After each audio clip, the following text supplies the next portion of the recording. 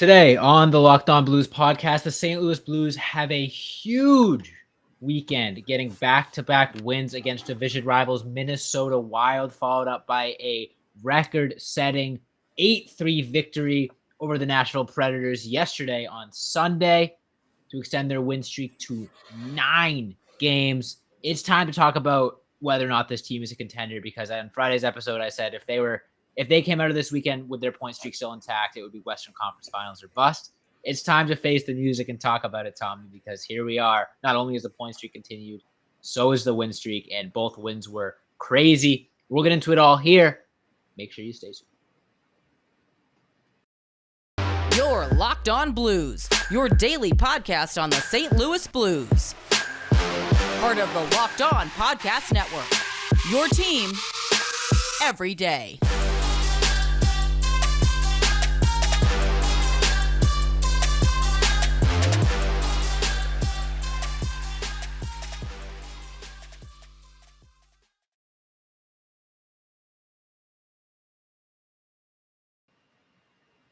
Ladies and gentlemen, welcome back to the Locked On Blues podcast, part of the Locked On Podcast Network, and your number one source for daily Blues content. I'm your host, as always, Josh Hyman, and as usual, I'm joined by Thomas Welch. We got a busy episode for you guys today. The St. Louis Blues had two of the most important, if the most important games of the season over the weekend, taking on the Minnesota Wild on Saturday, came away with a 6-5 overtime victory. And then on Sunday, they played the Nashville Predators and came away with an 8-3 victory, including scoring 7 goals in the second period.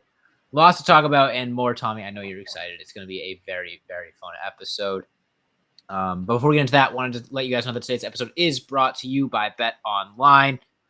BetOnline.net has you covered this season with more props, odds, and lines than ever before. Bet Online, where the game starts. All right, Tommy. So do we want to start with Saturday's game? I think we should, yeah. Here. All right, so I don't remember any of the goal scorers, so I apologize there. But it was a pretty back-and-forth game. The St. Louis Blues at one point had a 4-1 lead, which they gave up. I believe it was 4-3, and then they extended it to 5-3 before giving up 2 goals in the tail end of the third period to send it to overtime, where the Blues have had a very, very poor record this year. I wasn't too confident heading into overtime, but then Braden Shen, I think I remember that one. Braden Shen scored, I think, less than a minute in to give the Blues the win. But, I mean, overall, if this proved anything, is that the inevitable Blues Wild playoff series is going to be a bloodbath. Yeah, and I think the biggest takeaway from me for the Wild game was that, like, through 2 periods, you're up 4-1 on a team that's higher than you in the standings, or has been higher than you in the standings for the majority of the season. And so that gives you a lot of confidence. And, like, I mean, you can talk about the record of the Blues against the Wild for the last 3 years, all that you want, but playoffs are a different beast, as we've seen many, many times. So you can't take any team going into it for granted. That being said, I like the Blues' chances against the Minnesota Wild, and I think the game on Saturday solidified those estimations, because the Blues, like I said, through 2 periods, they looked like they were in full control of the game. Now, obviously, things kind of got derailed in the third, and it was a lot more chaotic than you'd like it to be. But that being said, like, a Minnesota Wild team's not going to go down with a whimper, right? Like, they're going to fight back tooth and nail, like, whole time. Like, if there's any team in the NHL that would love to knock the St. Louis Blues out of the first round, I don't think anyone would take more pride in doing it than the Minnesota Wild. So they've got all the ammunition that they need against you. It's just a matter of the St. Louis Blues going out there and taking care of business, because I think that they have the roster. Goodness. Yeah, I know. I slipped up a little bit there. But I think that the Blues do have the roster, like, on paper. If Binnington's in net, because he looked fantastic on Sunday, if Ville Husso's in net, because he looked fantastic too, like, I think they're good in the goaltending matchup. We haven't seen much of Marc-Andre Fleury, but who knows? He could go beast mode in the playoffs as well. But when it comes to the offensive depth that the Blues have, I just don't think Minnesota can hang in that department. And the Blues defense has looked insanely better than it has the majority of this season. The Blues have a better penalty kill. I think they have a better power play. So if everything goes according to plan, I think the Blues come out of the first round victorious. Yeah, I mean, it's hard to speculate because, again, we haven't seen a lot of Fleury. But like I was saying, I mean, with how back and forth that game was. And, I don't really think it didn't remind me of earlier in the season when the Blues were doing that same sort of thing, just not putting teams away and allowing teams to also score 5 goals. It didn't really feel like that. Like, I thought the Blues played well. It's just when you got two teams that play like the same style, like the Blues and Wild do, and with offenses as high powered as the Blues have, and to their credit, the Wild do as well. You're gonna get those games from time to time.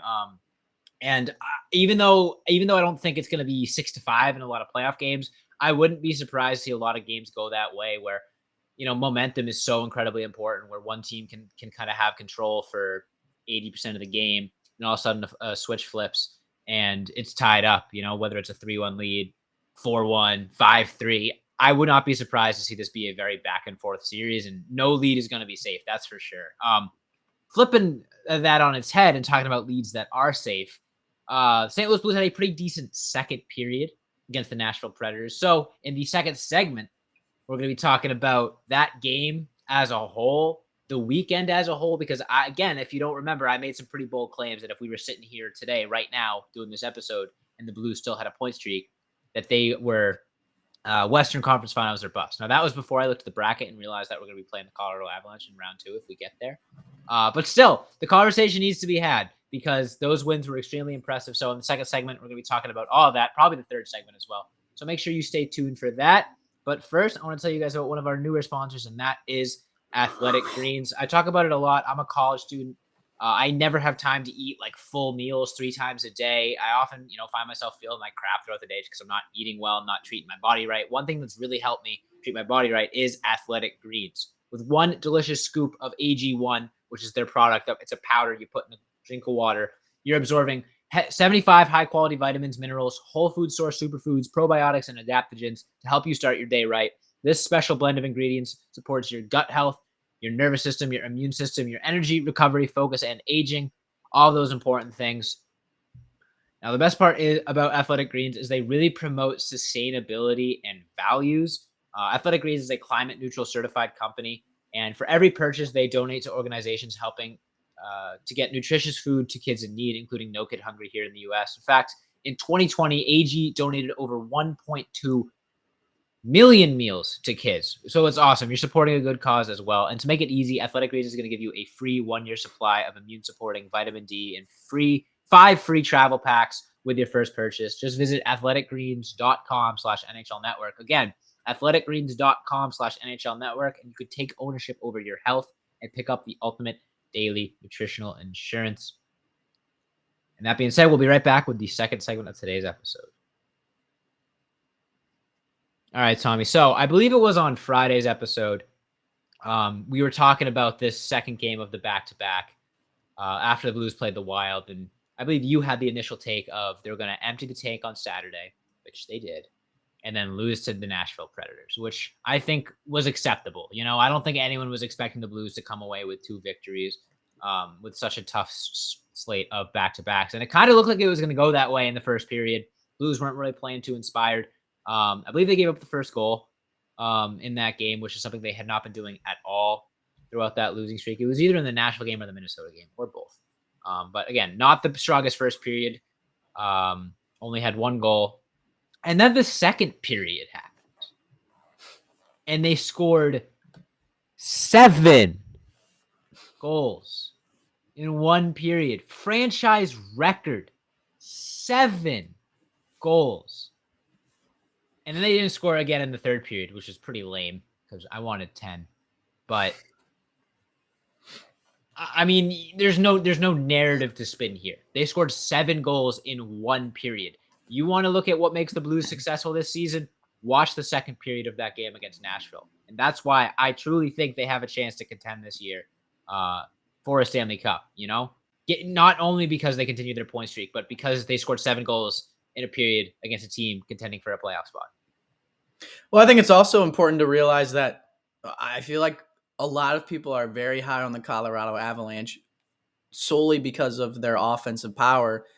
And their defense is good too, don't get me wrong. But I think Darcy Kemper is a product of the Colorado Avalanche, and Darcy Kemper's not like a Vezina candidate goal. It's the same thing as like Grubauer, right? Like you take him off the Avs, send him somewhere else, and he's not going to be nearly as good. I think Darcy Kemper's in that same conversation. So you can say that the Avalanche have elite goaltending, all that you want, but I just don't think that that's true. I think he's a product of their good defense. So you can, if you can exploit their defense, I think their goaltending is an area where they could potentially be lacking. But you talk about offensive potential for the Colorado Avalanche.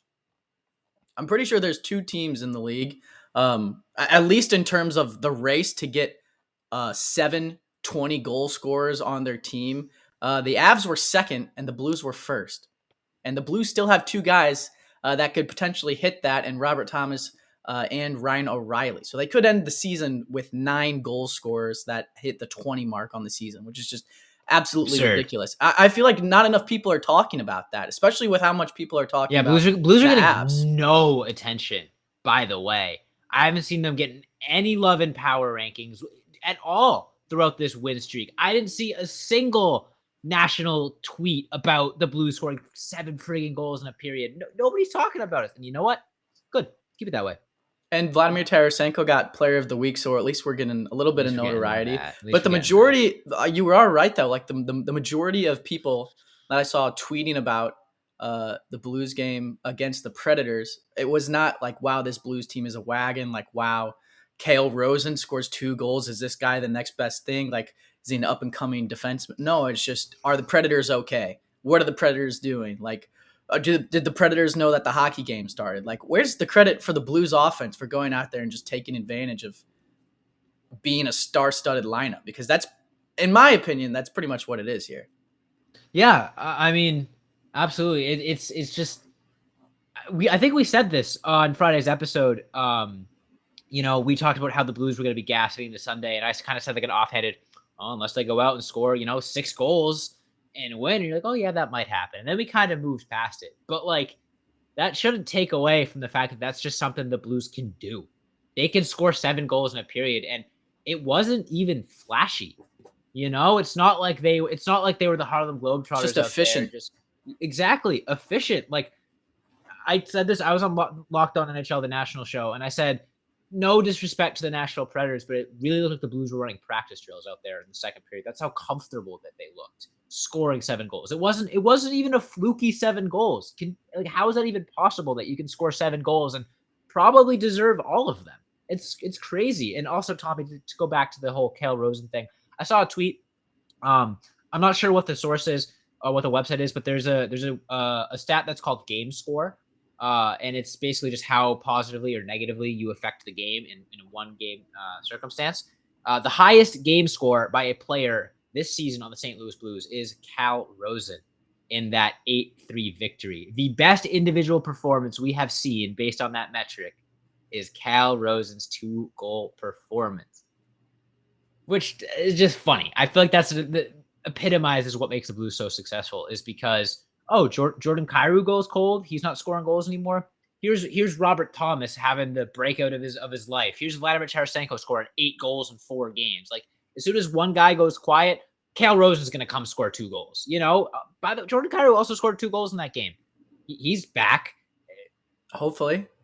Hopefully. He looked great, though. I mean, he looked way more engaged than games in the past. You could tell, I mean, especially a guy that young with that much skill, like when you're not finding the back of the net or getting on the score sheet, like frustration is going to set in, right? Like if I was in that situation, I'd be equally as pissed, Like I'm like, I made the All-Star game. I beat Connor McDavid in a foot race. Why am I not finding the back of the net now? Like this makes no sense.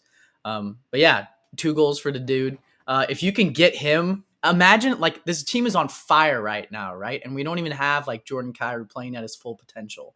But we're rolling like 3 lines right now. I feel like if we can get that 4th line rolling and get Jordan Kyrou back to where he was in terms of offensive production near the beginning of the season, Robert Thomas stays hot, Tarasenko stays hot, Braden Shen stays hot, Cale Rosen keeps climbing. Like, dude, who's stopping this team? Nobody. And that's what I want to talk about in the third segment, because with the season wrapping up, it's time to start setting expectations for this team. It's been up and down. The Blues haven't been consistent all season besides these last, what is the point streak at, 11 games? something like that. This is Something the like most consistent stretch of the season for the St. Louis Blues. So I think it's time that we can officially say, okay, this is what we're expecting this year. So in the third segment, Tommy and I are going to be putting our official stamp on not necessarily predictions, but expectations. What would the Blues need to do for us to not be disappointed with this season?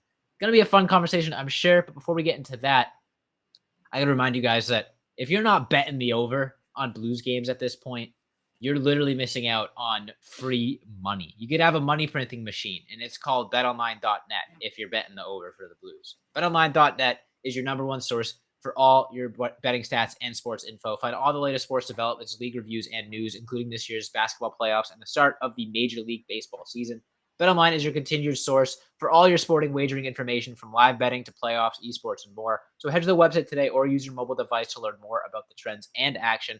BetOnline, where the game starts. Now, before we get back into the action, I want to tell you guys about our good friends over at Built Bar. You've heard me talk about them time and time again, but if you haven't tried them yet, you're really missing out, because Built Bars are delicious and they're good for you as well. Plus, they have these amazing things called Built Puffs, which are protein-infused marshmallows. A lot of protein bars, they just don't hit the spot if you got that sweet tooth, but Built Bars do, because they're covered in 100% real chocolate, including Built Puffs. There's so many delicious flavors. We're talking the puffs, you're talking cinnamony churro, coconut marshmallow, banana cream pie. They're all so delicious. They're going to be your new favorite. And if you're checking out the regular Built Bars, you got flavors such as mint brownie, coconut almond, and new for this month, white chocolate cookies and cream. Compare Built Bar's macros to a normal candy bar. You'll be blown away. And if while you're there, go to Built.com, use promo code LOCKED15. You'll get 15% off your order. That's promo code LOCKED15 for 15% off at Built.com. All right, Tommy. So on Friday, or Thursday, I think it was, honestly, I made the claim that if we were sitting here right now like we are, and the St. Louis Blues had a point streak that was still intact, it would be Western Conference Finals or bust. Now, that was before I looked at the standings and saw that we'd be inevitably meeting Colorado in round 2. But let's say, not considering opponents, you think this is a Stanley Cup contending team with the way they've been playing the last I think they have to 3 be. weeks? Yeah, I think it's a no-brainer. Yeah. You just look at these guys on paper, and we said it at the beginning of the season, with the depth that this offense has, we're looking at a Stanley Cup contender, right? And obviously that was before we realized the roller coaster that Jordan Binnington was going to go on. We realized the roller coaster that Ville Husso would have in terms of being star-studded talent that kind of not really came out of nowhere, because, that's what the Blues drafted him to be. But, based off of last season, I don't think anybody saw this coming, right? So obviously there's some bumps and bruises and a little bit of different tracks that were taken along the way, but we're here now, and it's we're getting towards end game. We're getting close to the playoffs, and the Blues are absolutely exactly where they want to be, building momentum as they get ready for the first round. But I think, I don't know. I think there's a difference between what constitutes, what will happen this playoff series that will make you mad would be getting knocked out in the first round, obviously, right? I think I would be happy if the Blues, win round 1 of the playoffs and then move on to the next round. If they get knocked out in the next round, I don't think I'll be livid. I'll still be a little disappointed, but if you lose to the Avs, right. It's the Avs, right? That's a big difference than losing to the Minnesota Wild, who you've had their number for the last 3 years. But if you beat the Avs, I think that constitutes this season as a win, right? Yeah. Because that's the thing is, and I don't want to disrespect, any of the Eastern Conference teams, because there's a lot of stacked teams in the East. Florida, Tampa, Boston, Toronto. But if the Blues are going to go on a Stanley Cup run, let's say the Blues win a Stanley Cup or make it to the Cup Finals, there is a very strong chance that the toughest opponent the Blues face will be in round 2 of the playoffs, being the Colorado Avalanche. Again, you could argue Florida, Tampa, Boston, all those teams. But only one of those teams is going to make it to the Cup Final. Maybe. Colorado in round 2, if the Blues make it there, is practically inevitable. And you could make the argument that that's going to be the series that is essentially the Western Conference Championship. I know hockey's not that simple, and any team can beat any team, but Colorado and St. Louis, at least as of right now, you could argue Calgary, but I would say Colorado and St. Louis are the 1 and 2 in the West for sure. And the fact that they're slated for a round 2 matchup if they both make it there, is going to mean the Blues have a pretty tough first 2 rounds between the Minnesota Wild and Colorado Avalanche. But that being said, Tommy, I think that's all the time we have for you today, unless you got something else to add before we wrap this up. I was just going to say about the Flames. Like, I think the Flames are a wagon, and I think they're a very good team. But coincidentally enough, like the Blues have kind of had their number this year. And I don't know if I don't know what their record is, but the last couple of times they had one in there where they got blown out. But I think the last couple of times they played them strong, and they ended up with the victory. So I don't know. I like their chances against the Flames better than I do against the Avalanche. That's for sure. Yeah. It's crazy that we're having these conversations this late in the season, especially with how up and down it's been. The fact that the Blues figured it out when they did. I mean, I guess it makes sense, because you forget that a lot of guys on this team have been there before. They understand how to ramp up intensity for the playoffs. So it's no secret, it's hard to score 7 goals in a period, especially in the final 10 games of the season. And I'll say this win streak reminds me a lot of the 11-game win streak that the Blues went on in 2019 before they ended up winning the Stanley Cup. So I'm not saying that's going to end up having the same result, but the vibes are there and the momentum is there. The vibes are certainly there.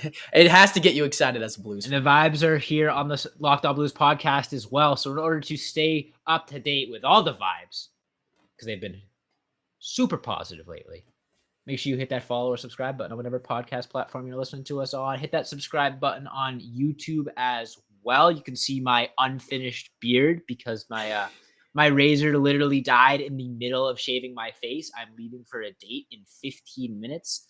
Hopefully I don't look like this when I'm at the restaurant, but we'll see. If you want to see that, check us out on YouTube at Locked On Blues. Hit that subscribe button, hit that notification bell as well. Leave us a comment. We'll chat with you guys. Unless it's about my beard, don't comment about my beard, please. You can see my hockey collection slowly growing in the background. I just added 2 sticks and a Robert Thomas rookie card graded PSA 9. So anyways, yeah. So make sure you follow us on all our socials, Instagram, Twitter, Facebook, and TikTok at Locked On Blues. Follow me on Twitter at Josh Hyman NHL. Follow Tommy at TWelcher15. Thanks so much for listening. And as always, let's go Blues.